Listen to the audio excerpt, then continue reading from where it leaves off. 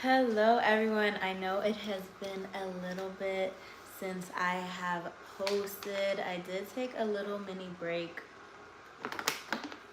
from YouTube. I just had to get my life together. I mean, my hair was really cute. I looked really cute the past couple of weeks, but if you saw me in real life, you saw me.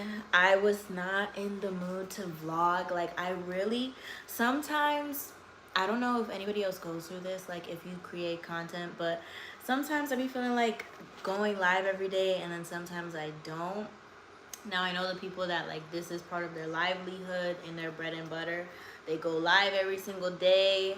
This is still my hobby. And also, guys, drum roll please, drum roll please. Another reason why I stopped going live is because I would rewatch my lives and the quality was so bad.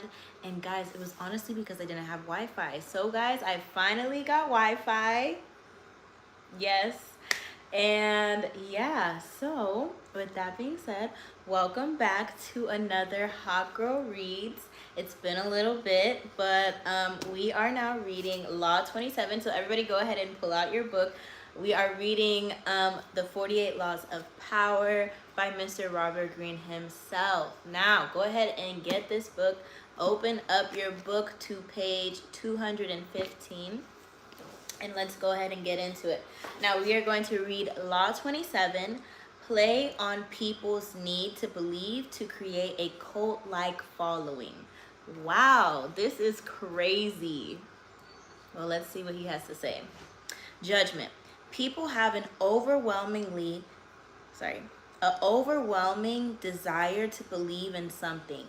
Become the focal point of such desire by offering them a cause, a new faith to follow. Keep your words vague but full of promise.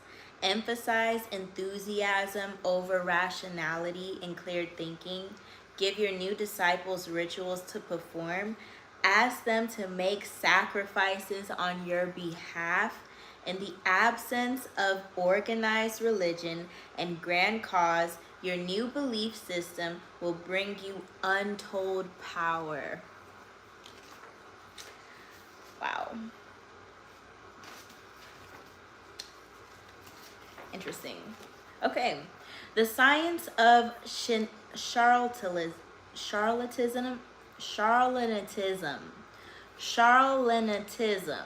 or how to create a cult in 5 easy steps. In searching as you must for the methods that will gain you the most power for the least effort, you will find the creation of a cult-like following one of the most effective. Having a large following opens up all sorts of possibilities for deception. Not only will your followers worship you, they will defend you from your enemies and will voluntarily take on the work of enticing others to join your fledgling cult. Oh my God. This kind of power will lift you to another realm. You will no longer have to struggle or use subterfuge to enforce your will. You are adored and can do no wrong. Oh my God. You might think it is gargantuan task to create such a following, but in fact it is fairly simple.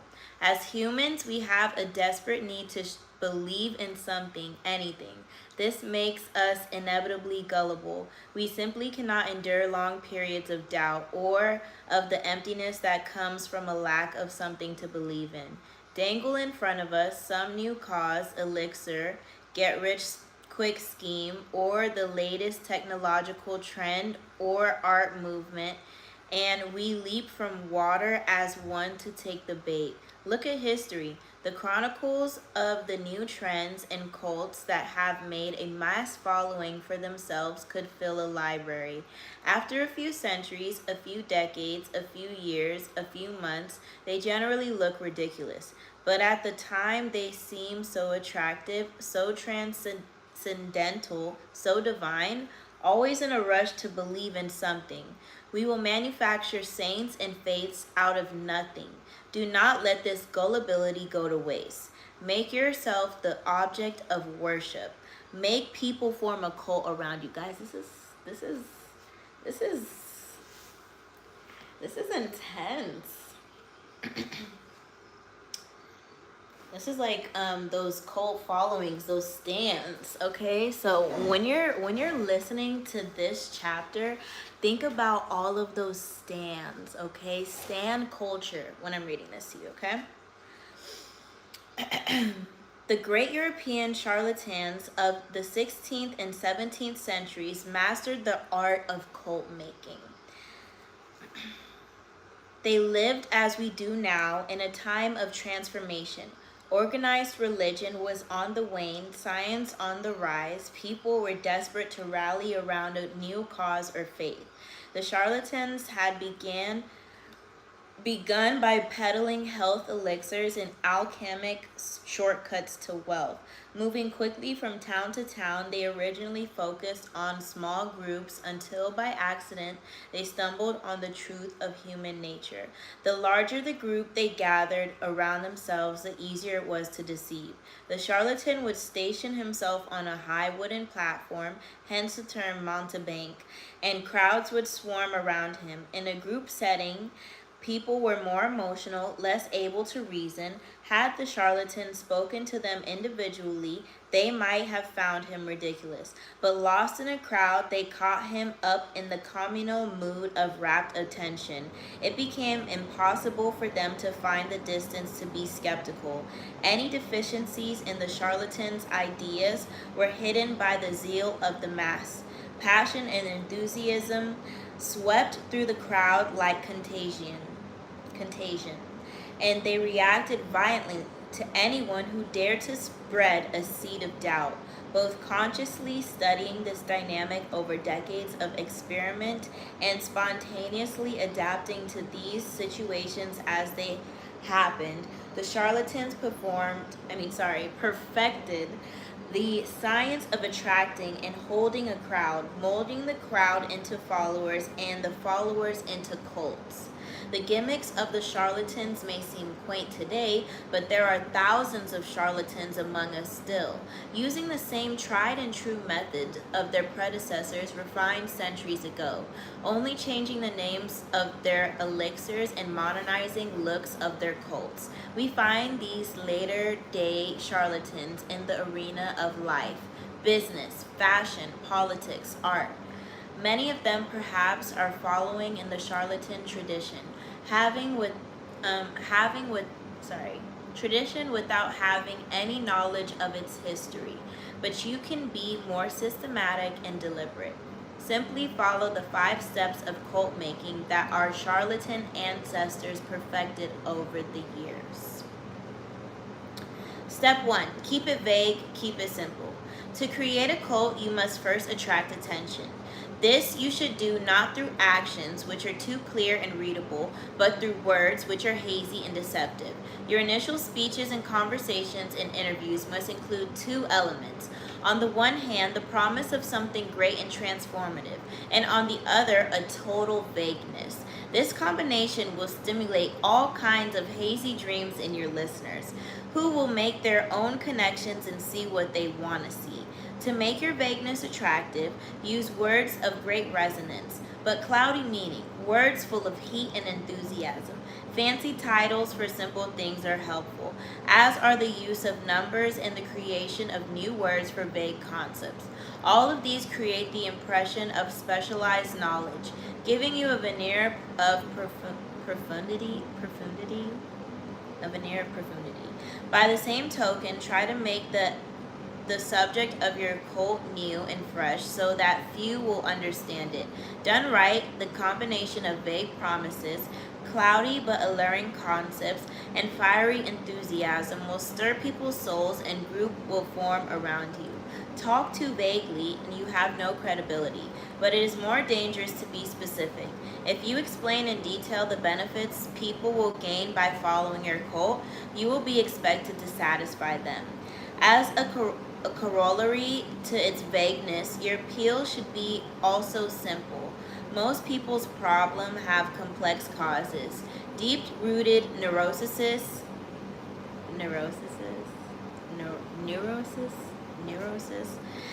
interconnected social factors, roots that go way back in time and are exceeding hard to unravel. Few, however, have the patience to deal with this. Most people want to hear that a simple solution will cure their problems. The ability to offer this kind of solution will give you a great power and build you a following. Instead of the complicated explanations of real life, return to the primitive solutions of our ancestors, to good old country remedies, to mysterious pancreas. What am I saying, guys? Panaceas. Step 2. Emphasize the visual and the sensual over the intellectual. Interesting. Once people have begun to gather around you, the two dangers will present themselves: boredom and skepticism. Boredom will make people go elsewhere. Skepticism will allow them to distance and think rationally about whatever it is you are offering, blowing away the myths you have artfully created, revealing your ideas for what they are. You need to amuse the bored then and ward off the cynics. Hi, Scoots. Is it Scoot? Am I saying it right? Hi, welcome to the chat. The best way to do this through theater and other devices of its kinds. Surround yourself with luxury, dazzle your followers with the visual splendor, fill their eyes with spectacle. Not only will this keep them from seeing the ridiculousness of your ideas, the holes in your belief system, it will also attract more attention, more followers, appeal to all senses, use incense for scent, soothing music for hearing, colorful chart, and graphs for the eye. You might even tickle the mind, perhaps by using new technological gadgets to give your cult a pseudo-scientific veneer, as long as you do not make anyone really think. Use the exotic, distant cultures, strange customs to create theatrical effects and make the most banal and ordinary affairs seem signs to something extraordinary. Oh my God, guys, this is wild. This is wild. Okay. Step number 3. Step number 3, guys. Borrow the forms of organized religion to structure the group. Your cult-like following is growing. It is time to organize it. Find a way both elevating and comforting. Organized religions have long held unquestioned authority for large numbers of people and continue to do so in our supposedly secular age. And even if the religion itself had faded some, its form still resonate with power.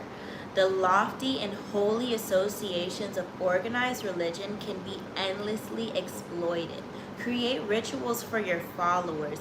Organize them into a hierarchy, ranking them in grades of sanctity, and giving them names and titles that resound with religious overtone. Ask them for sacrifices that will fill your coffers and increase your power. To emphasize your gathering's quasi-religious nature, talk and act like a prophet. You are not a dictator after all. You are a priest, a guru, a sage, a shaman, and any other word that hides your real power in the midst of religion. Step number 4. Disguise your source of income. Your group has grown, and you have structured it like in a church-like form.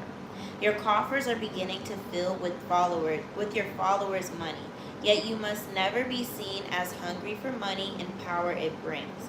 It is at this moment that you must disguise your source of your income. Your followers want to believe that if they follow you, all sorts of good things will fall in their lap. By surrounding yourself with luxury, you become living proof of the soundness of your belief system. Oh my God. Never reveal that your wealth actually comes from your followers' pockets. Instead, make it seem to come from the truth of your methods. Followers will copy your each and every move in the belief that it will bring them the same results, and their imitative enthusiasm will blind them to the charlatan nature of your wealth. Guys, this is crazy. Step number 5. Set up an us versus them dynamic. The group is now large and thriving, a magnet attracting more and more particles. If you are not careful, though, inertia will set in, and in time and boredom will demagnetize the group. To keep your followers united, you must now do what all religions and belief systems have done. Create an us versus them dynamic. First, make sure all of your followers believe that they are part of an exclusive club unified by a bond of common goals. Then, to strengthen this bond, manufacture the notion of a devious enemy out to ruin you. There is a force of non-believers that will do anything to stop you. Any outsider who tries to reveal the charlatan nature of your belief system can now be described as a member of this devious force. If you have no enemies, invent one. Given a straw man to react against, your followers will tighten and cohere. They have your cause to believe in and infidels to destroy. That first part was crazy.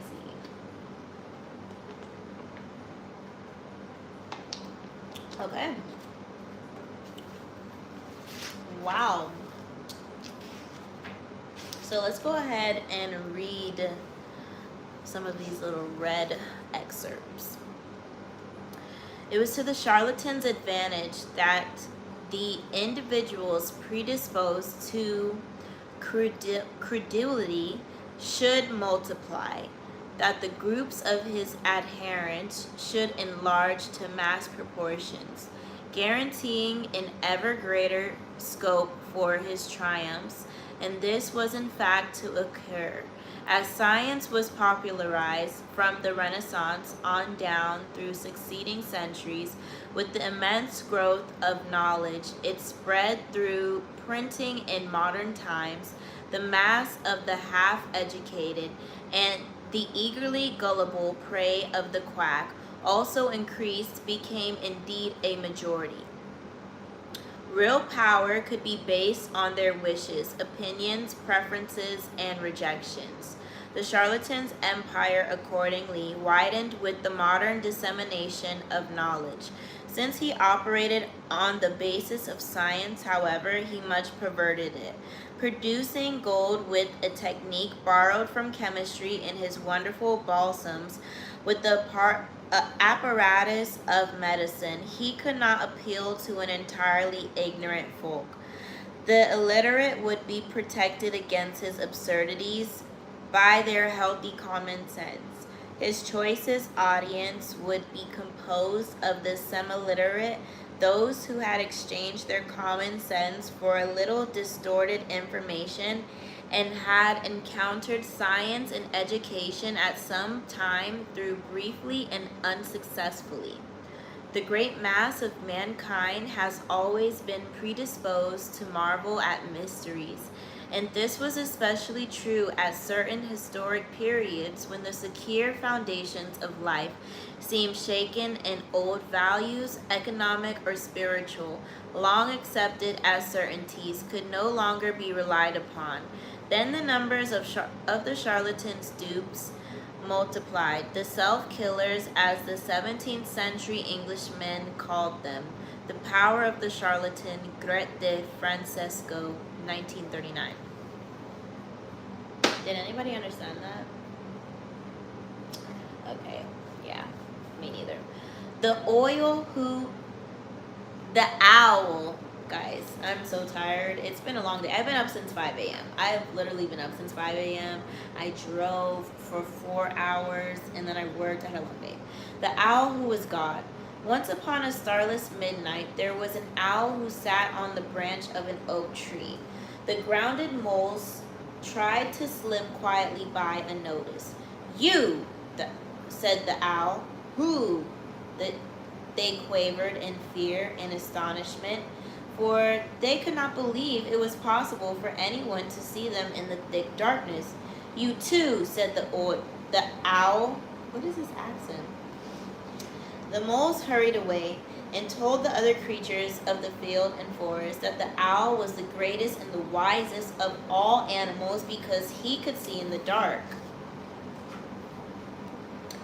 And because he could answer any question. I'll see about that, said a secretary bird, and he called on the owl one night when it was again very dark. How many claws am I holding up? Said the secretary bird. 2, said the owl, and that was right. Can you give me another expression for that is to say, or namely? Asked the secretary bird. To wit, said the owl. Why does a lover call on his love? Asked the secretary bird. To woo, said the owl. The secretary bird hastened back to the other creatures and reported that the owl was indeed the greatest and the wisest animal in the world because he could see in the dark and because he could answer any question. Can he see in the daytime too? Asked the red fox. Yes, echoed a dormouse and French poodle. Can he see in the daytime too? All the other creatures laughed loudly at this silly question, and they set upon the red fox and his friends and drove them out of the region. Then sent a messenger to the owl and asked him to be their leader. When the owl appeared among the animals, it was high noon and the sun was shining brightly. He walked very slowly, which gave him an appearance of great dignity, and he peered about him with large staring eyes, which gave him an air of tremendous importance.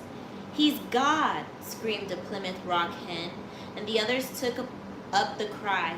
He's God, so they followed him wherever he went, and when he began to bump into things, they began to bump into things too.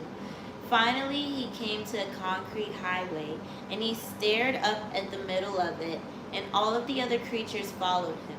Presently, a hawk who was acting as an outrider observed a truck coming towards them at 50 miles an hour, and he reported to the secretary bird, and the secretary bird reported to the owl.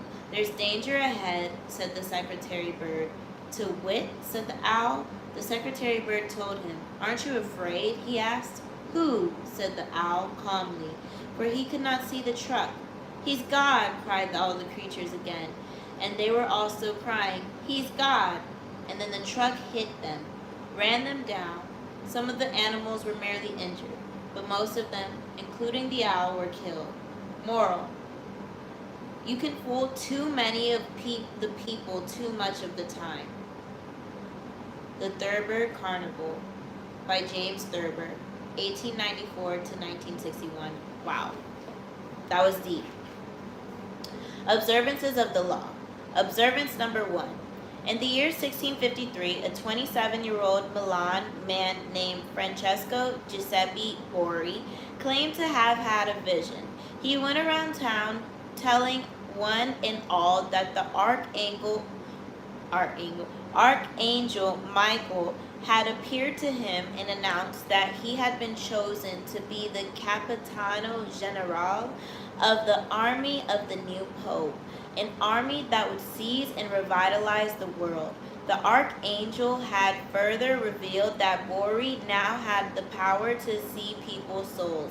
that he would soon discover the philosopher's stone, a long sought after substance that could change base metals into gold. Friends and acquaintances who heard Bori explain the vision and who witnessed the change that had come over him were impressed, for Bori had previously devoted himself to a life of wine, women, and gambling. Now he gave all that up, plunging himself into the study of alchemy and talking only of mysticism and the occult. The transformation was so sudden and miraculous, and Bori's words were so filled with enthusiasm that he began to create a following. Unfortunately, the Italian Inquisition began to notice him as well. They persecuted anyone who delved into the occult, so he left Italy and began to wander Europe from Austria to Holland, telling one and all that to those who follow me, all joy shall be granted. Wherever Bori stayed, he attracted followers. His method was simple. He spoke of his vision, which had grown more and more elaborate, and he offered to look into the souls of anyone who believed him, and they were many. Seemingly in a trance, he would stare at his new follower for several minutes, then claim to have seen the person's soul, degree of enlightenment, and potential for spiritual greatness. If what he saw showed promise, he would add the person to his growing followers of disciples in honor indeed. The cult had 6 degrees, into which the disciples were assigned according to what Bori had glimpsed into their souls. With work and total devotion to the cult, they could graduate to a higher degree. Bori, whom they called His Excellency and Universal Doctor, demanded from his strictest vows of poverty. All the goods and monies they possessed had been turned over to him, but they did not mind handing over their property, for Bori had told them, I shall soon bring my chemical studies to a happy conclusion by the discovery of the philosopher's stone, and by this means we shall all have as much gold as we desire. Given his growing wealth, Bori began to change his style of living, renting the most splendid apartment in the city into which he had temporarily settled.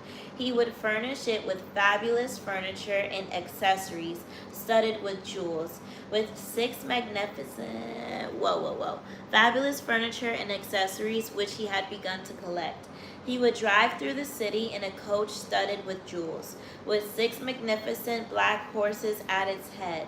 He never stayed too long in one place, and when he disappeared, saying he had more souls to gather into his flock, his reputation only grew in his absence. He became famous, although in fact he had never done a single concrete thing.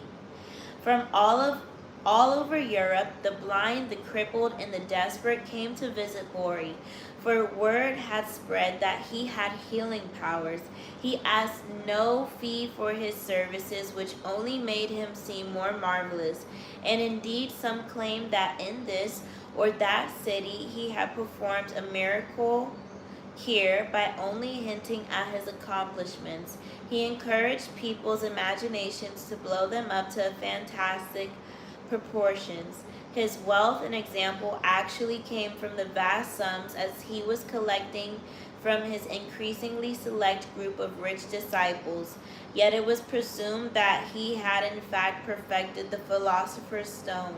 The church continued to pursue him, denounce him for the heresy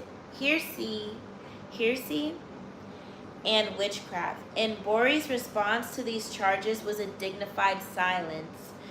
This only enhanced his reputation and made his followers more passionate. Only the great are persecuted. After all, how many understood Jesus Christ in his own time? Bori did not have to say a word. His followers now called the Pope the Antichrist. And so Bori's power grew and grew until one day he left the city of Amsterdam, where he had settled for a while, absconding with the huge sums of borrowed money and diamonds that had been entrusted to him. He claimed to be able to remove the flaws from diamonds through the power of his gifted mind. Now he was on the run. The Inquisition eventually caught up to him, and for the last 20 years of his life, he was imprisoned in Rome. But so great was the belief in his occult powers that to his dying day he was visited by wealthy believers, including Queen Christina of Sweden, supplying him with money and materials. These visitors allowed him to continue his search for the elusive philosopher's stone. Okay. Interpretation. Before he formed his cult, Borri seemed to have stumbled on the critical discovery. Tiring of his life debauchery, he had decided to give it up and to devote himself to the occult, a genuine interest of his. He must have noticed, however, that when he alluded to a mystical experience rather than physical exhaustion as a source of his conversion, people of all classes wanted to hear more. Realizing the power he could gain ascribing the change to something external and mysterious, he went further with his manufactured visions. The grander the vision, the more sacrifices he asked for, the more appealing and believable his story seemed to become. Remember, people are not interested in the truth about change. They do not want to hear that it has come from hard work or from anything as a banal of exhaustion, boredom, or depression. They are dying to believe in something romantic, otherworldly. They want to hear of angels and out-of-body experiences. Indulge them. Hint at the mystical source of some personal change. Wrap it in ethereal colors, and a cult-like following will form around you. Adapt to people's needs. The Messiah must mirror the desires of his followers, and always aim high. The bigger and bolder your illusion, the better. Okay, to become the founder of a new religion, one must be psychologically infallible in one's knowledge of a certain average type of souls who have not yet recognized they belong together. Friedrich Nietzsche, 1844 to 1900. Men are so simple of mind and so much dominated by their immediate needs that a deceitful man will always find plenty who are ready to be deceived. Niccolo Machiavelli, 1469 to 1527. The Temple of Health. In the late 1780s, the Scottish quack James Graham was winning a large following and great riches in London. Graham maintained a show of great scientific technique in 1772. He had visited Philadelphia, where he met Benjamin Franklin and became interested in the latter's experiments with electricity. These appear to have inspired the apparatus in the Temple of Health. The fabulous establishment he operated in London for the sale of his elixirs. In the chief room where he received patients stood the largest air pump in the world. To assist him in his philosophical investigations into disease, and also a stupendous metallic conductor, a richly gilded pedestal surrounded the retorts and vials of ethereal and other essences. According to J. N. Moser, who published a history of magic in 1844 at Leipzig, Graham's house united the useful with the pleasurable. Everywhere the utmost magnificence was displayed. Even in the outer court, a veered eyewitness, it seemed as though art, invention, and riches had been exhausted. On side walls in the chambers of arc-shaped globe was provided by artificial electric light. Star rays darted forth. Transparent glasses of all colors were placed with clever selection and much taste.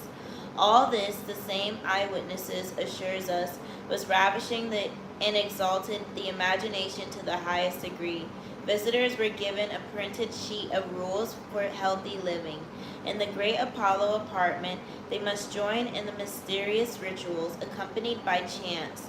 Hail, vital air, ethereal, magnetic magic, hail. And while they hailed, the magic of magnetism, the windows were darkened, revealing a ceiling studded with electric stars and a young and lovely rosy goddess of health in a niche. Every evening, this temple of health was crowded with guests. It had become the fashion to visit it and try the great 12-foot bed of state, the grand celestial bed, said to cure any disease. This bed, according to Enemoser, stood in the splendid room into which the cylinder led from an adjoining chamber to conduct the healing currents. At the same time, all sorts of pleasing scents of strengthening herbs and oriental incense were also brought in through glass tubes. The heavenly bed itself rested upon 6 solid transparent pillars. The bedclothes were of purple and sky blue atlas silk spread over a mattress saturated with Arabian perfumes, waters to suit the taste of the Persian court. The chamber in which it was placed he called the Sanctum Sanctorum. To add all this, there were the melodious notes of the harmonica, soft flutes, agreeable voices, and the great organ. The Power of Charlatan, Goethe, Francesco, 1939. Wow, that was a mouthful. Okay, guys, what did you think of that? What did you think? Okay, I need to stretch. Okay. Wow. All right, we're getting there. We're getting there. Wow. All right, we're almost done. Observance number 2. In the mid-1700s, word spread in Europe's fashionable society of a Swiss country doctor named Michael Schuppach, who practiced a different kind of medicine. He used the healing powers of nature to perform miraculous cures. Soon, well-to-do people from all over the continent, their ailments, both serious and mild, were making the trek to the alpine village of Langnau, where Schuppach lived and worked. Trudging through the mountains, these visitors witnessed the most dramatic natural landscapes that Europe has to offer. By the time they reached Langnau, they were already feeling transformed on their way to health.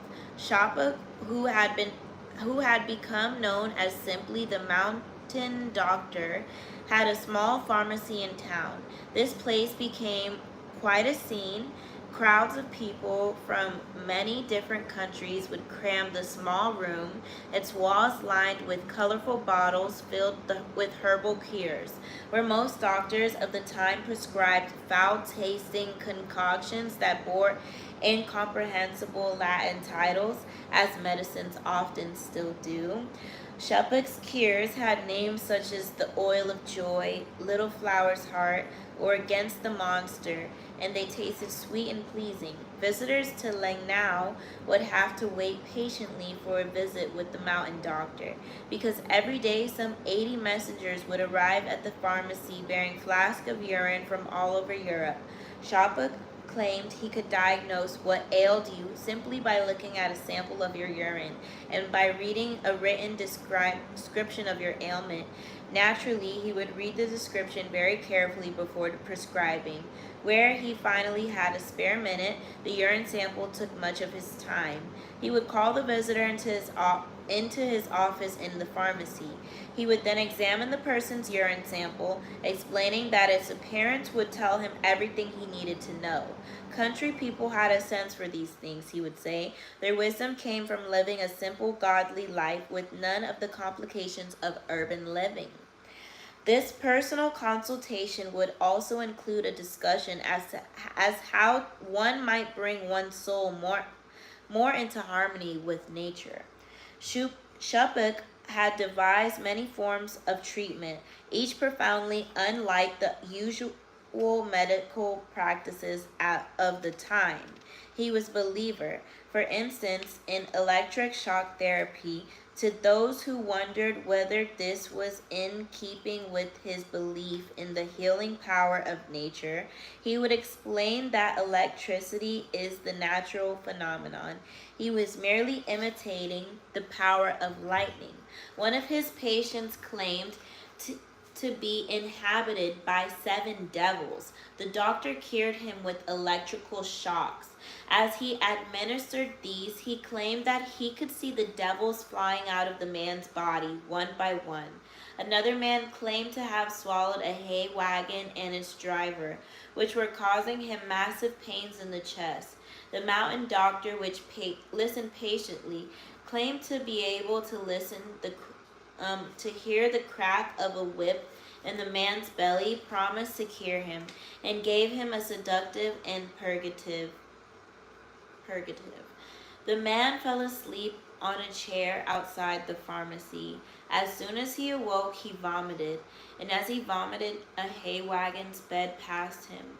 The mountain doctor had hired it for the occasion, the crack of its whip making him feel that somehow he had indeed expelled it under the doctor's care. Over the years, the mountain doctor's fame grew. He was consulted by the powerful. Even the writer Goethe made the trek to his village, and he became the center of a cult of nature in which everything natural was considered worthy of worship.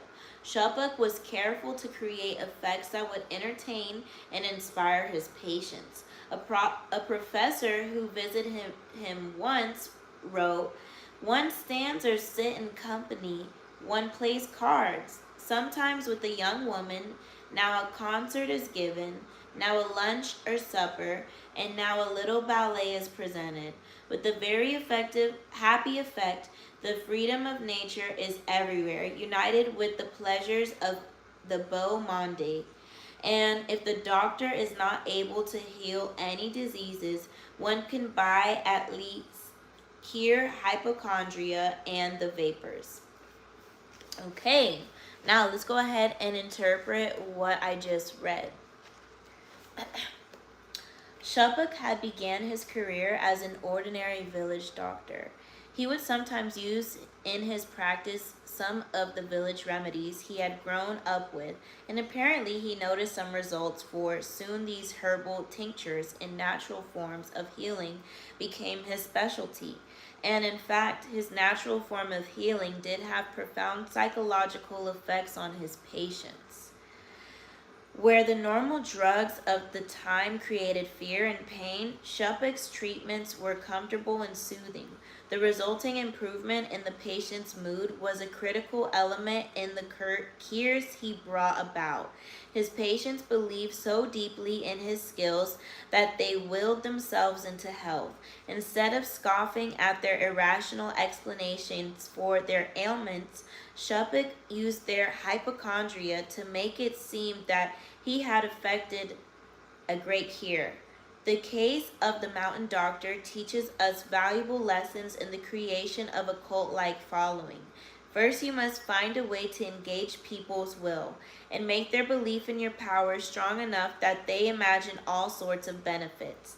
Their belief will have them a self-fulfilling quality, but you must make sure that it is you rather than their own will who is seen as the agent of transformation.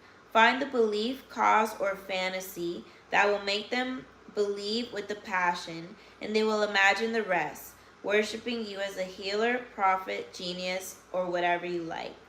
Second, Shuppach teaches us that the everlasting power of belief in nature and in simplicity, nature in reality is full of much that is terrifying. Poisonous plants, fierce animals, sudden disasters, plagues.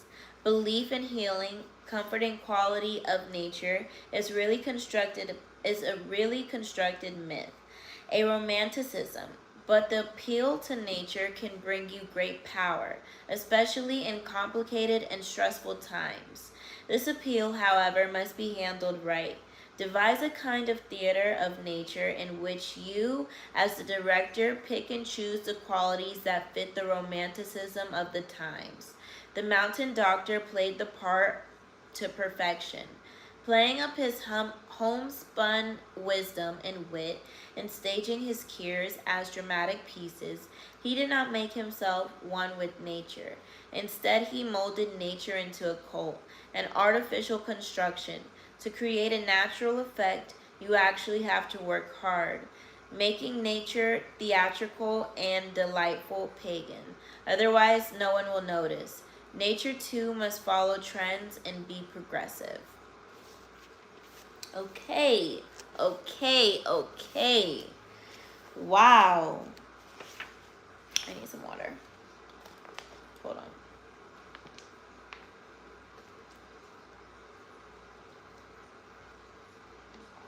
Okay. Whew. All right, guys. Let's get into observance number 3.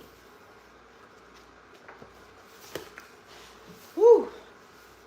In 1788, at the age of 55, the doctor and scientist Franz Mesmer was at a crossroads.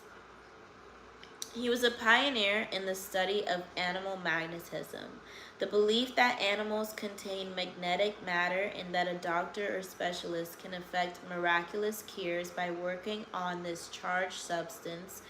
In Vienna, where he lived, his theories had met with scorn and ridicule from the medical establishment and treating women for convulsions. Mesmer claimed to have worked a number of cures, his proudest achievement being the restoration of sight to a blind girl.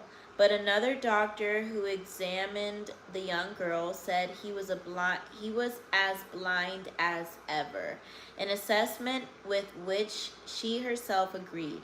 Mesmer countered that his enemies were out to slander him. By winning her over to their side, his claim only elicited more ridicule.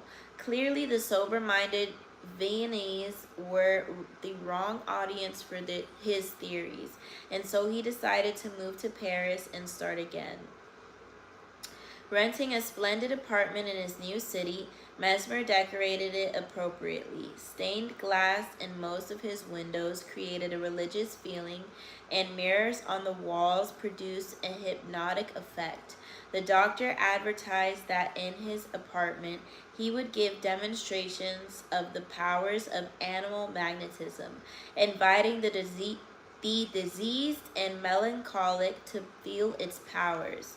Soon the Parisians of all classes, but mostly women, who seemed more attracted to the idea than men did, were paying for entry to witness the miracles that Mesmer promised. Inside that apartment, the scents of orange blossom and exotic incense wafted through special vents. As it initiates filtered into the salon where the demonstrations took place. They heard harp music and the lulling sounds of a female vocalist coming from another room. In the center of the salon was a long oval container filled with water that Mesmer claimed had been magnetized. From holes in the container's metal lids protruded long movable iron rods. The visitors were instructed to sit around the container, place these magnetized rods on the body part that gave them pains or problems, and then hold hands with their neighbors, sitting as close as possible to one another to help the magnetic force pass between their bodies. Sometimes, too, they were attached to each other by cords. Mesmer would leave the room, and assistant magnetizers, all handsome and strapping young men, would enter with jars of magnetized water and would sprinkle on their patients, rubbing the healing fluid on their bodies, massaging it into their skin, moving them towards a trance-like state. And after a few minutes, a kind of delirium would overcome the women. Some would sob, some would shriek and tear their hair. Others would laugh hysterically. At the height of the delirium, Mesmer would re-enter the salon, dressing in a flowing silk robe embroidered with golden flowers and carrying a white magnetic rod, moving around the container as he would stroke and soothe the patients until calm was restored. Many women would later attribute the strange power he had on them and his piercing look, which they thought was exciting or quieting the magnetic fluids in their body.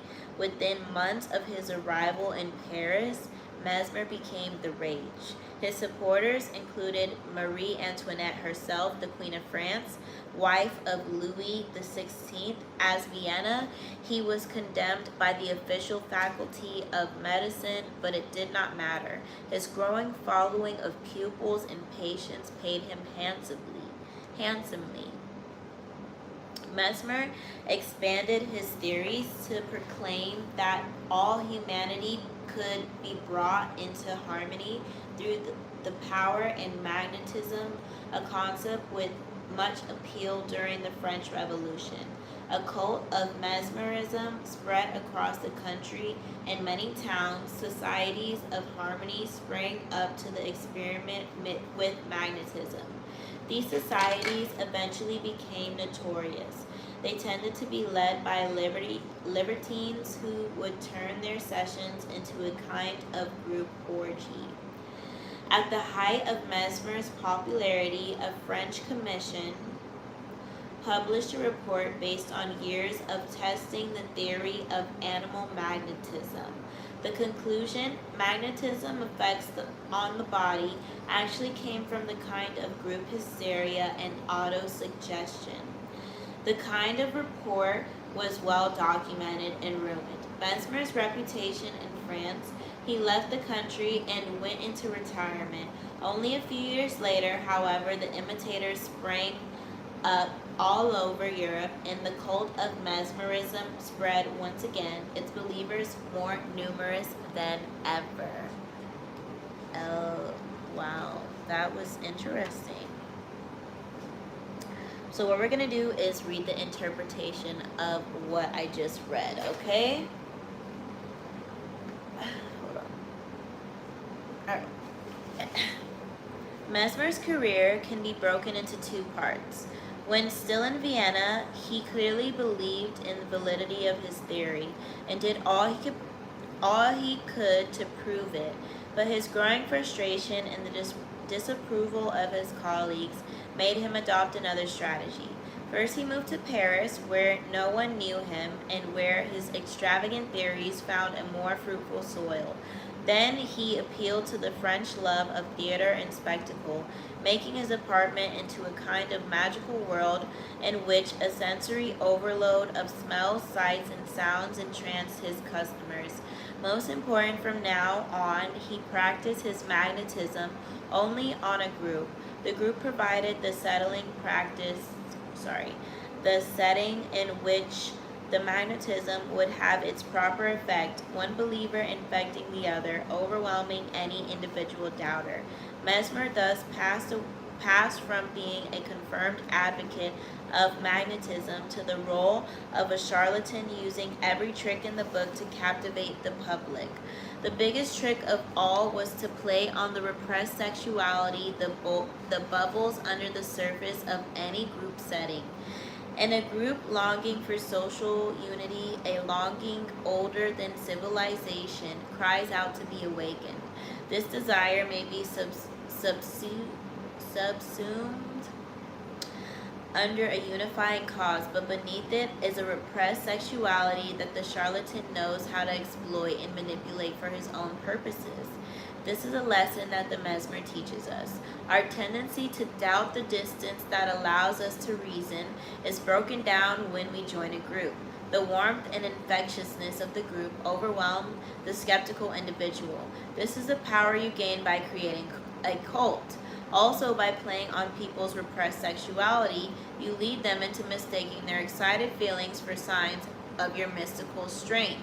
You gain untold power by working on people's unrealized desire for a kind of promiscuous and pagan unity. Remember, too, that the most effective cults mix religion with science. Take the latest technological trend or fad and blend it with the noble cause and mystical faith and a new form of healing. People's interpretation of your hybrid cult will run rampant, and they will attribute powers to you that you had never even thought to claim. The power of a lie. In the town of Tarnopol lived a man by the name of Reb Feeble. One day, as he sat in his house, deeply absorbed in his Talmud, he heard a loud noise outside. And when he went to the window, he saw a lot of the little pranksters, up to some new piece of mischief, no doubt. He thought, children run quickly to the synagogue, he cried, leaning out and improvising the first story that occurred to him. You'll see there a sea monster. What a monster. It's a creature with 5 feet, 3 eyes, and a beard like that of a goat. Only it's green. And sure enough, the children scampered off, and the Reb Feeble returned to his studies. He smiled into his beard, and as he thought of the trick he had played on those little rascals, it wasn't long before his studies were interrupted again, this time by running footsteps. And when he went to the window, he saw several Jews running. Where are you running? He called out. To the synagogue, answered the Jews. Haven't you heard? There's a sea monster. There's a creature with 5 legs, 3 eyes, and a beard like that of a goat. Only it's green. Red Feeble laughed with glee, thinking of the trick he had played, and sat down again to his Talmud. But no sooner had he begun to concentrate when suddenly he heard a deafening tumult outside. And what did he see? A great crowd of men, women, and children all running towards the synagogue. What's up? He cried, sticking his head out the window. What a question. Why don't you know? They answered. Right in front of the synagogue, there's a sea monster. It's a creature with 5 legs, 3 eyes, and a beard like that of a goat, only it's green. And as the crowd hurried by, Reb Feeble suddenly noticed that the rabbi himself was among them. Lord of the world, he exclaimed, if the rabbi himself is running with them, surely there must be something happening. Where there's smoke, there's fire. Without further thought, the Reb Feeble grabbed his hat, left his house, and also began running. Who can tell, he muttered to himself as he ran, all out of breath, towards the synagogue. A Treasury of Jewish Folklore, Nathan Oswald, ED 1948. All right, guys. Now, close your eyes. Imagine this unless you are driving a car or handling heavy machinery. The magnet, an unseen force, draws objects to it, which in turn becomes magnetized themselves, drawing other pieces to them. The magnetic power of the whole constantly increasing. By take away of the original magnet, and it falls apart, become the magnet and the invisible force that attracts people's imaginations and holds them together. Once they have clustered around you, no power can wrest them away. Authority. The charlatan achieves this great power by simply opening the possibility for men to believe what they already want to believe. The credulous cannot keep at a distance. The crowd around the wonder worker, entering his personal aura, surrendering themselves to the illusion with the heavy solemnity like cattle. Rete Francesco. All right. Now, guys, this is going to be the reversal to the law. So if this current law that I just read isn't working, this is the reversal and the opposite. One reason to create One reason to create a following is that a group is often easier to deceive than an individual and turns over to you that much more power. This comes, however, with the danger. If at any moment the group sees through you, you will find yourself facing not one deceived soul, but an angry crowd that will tear you to pieces as avidly as it once followed you. The charlatans constantly faced this danger and were always ready to move out of town as it inevitably became clear that their elixirs did not work and their ideas were a sham. Too slow, and they paid with their lives. And playing with the crowd, you are playing with fire and must constantly keep an eye out for any sparks of doubt. Any enemies who will turn the crowd against you. When you play with the emotions of the crowd, you have to know how to adapt, attuning yourself instantaneously to all of the moods and desires that a group will produce. You strive to be on top of everything and keep your bags packed. For this reason, you may often prefer to deal with people one by one. Isolating them from their normal milieu can have the same effect as putting them in a group. It makes them more prone to suggestion, intimidation. Choose the right sucker, and if he eventually sees through you, he may prove easier to escape than a crowd. Guys, that was so long. I'm not even gonna say my thoughts. I am about to go to bed. I'm super tired, and yeah, if you made it to the end, thank you for being in the chat. Thank you for watching. Please subscribe if you vibe. New videos coming out shortly. As you can tell, it's been a while. So like I am all over the place with the talking, guys. Life has been lifing, and also like I have to be in the energy. I don't want to fake the energy with you guys. But if you liked what I was reading, go ahead and get the book by Mr. Robert Greene, 48 Laws of Power. And yeah, bye.